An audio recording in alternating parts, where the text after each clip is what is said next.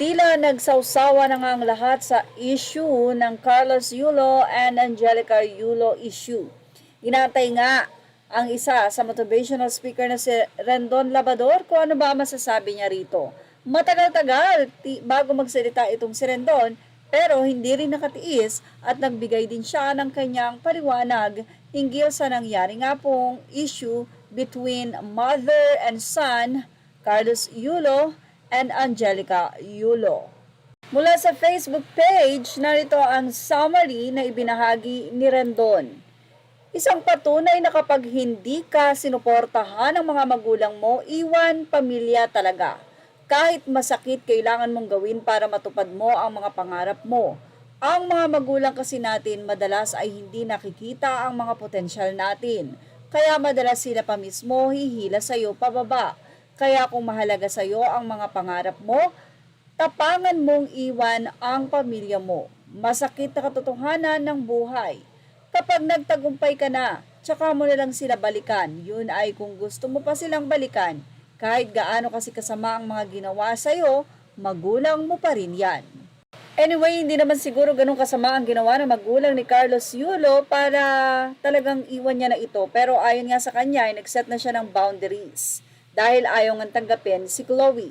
So, naging punot dulo talaga ito. Kaya naman, sana raw ay tinanggap na lang ni Nanay Yulo si Chloe. Eto ang say ng mga netizen.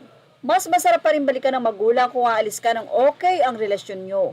Yung umalis ka para hanapin ang sarili at tuparin ang pangarap mo, hindi yung babalikan mo ng may dati kayong samaan ng loob. Tama ka bro, say ng isa. Yan talaga idol Rendon dyan, ako hanga sa mga motivation mo. Say naman ng isang netizen, correction Rendon, sa tingin mo kung hindi dahil sa kanyang magulang maaabot niya ang ganitong pangarap na sinasabi mo. Kahit anong mangyari, isa sa mahalagang pangarap sa ating buhay ay ang ating pamilya. In my own observation. Both side, may pagkakamali silang dalawa. Kaya nga dapat both side, isa sa kanila magpakumbaba, hindi yung puro taas ng pride. Say naman ang isa, agree ako kahit baliktarin mo man ang mundo, magulang mo pa rin yan. Kahit anong sakit pa, magsalita ang magulang pa rin natin. Dahil kung wala magulang natin, hindi natin masisilayan ang liwanag ng mundo. Say naman ang isa, may punto ka naman po sir. Mapanakit lang sa loob at damdamin na kaya nating isakripisyo ang pamilya at magulang na siyang nagpunlat, nagbigay ng kamulatan. Sikapin sana nating magkaroon ng ultimate understanding sa ating mga pinagmulan. Hindi na kailangang may mapahiya at masaktan pa kung tayo ang may kakayahang unawain ng sitwasyon, gawin natin, huwag palalain.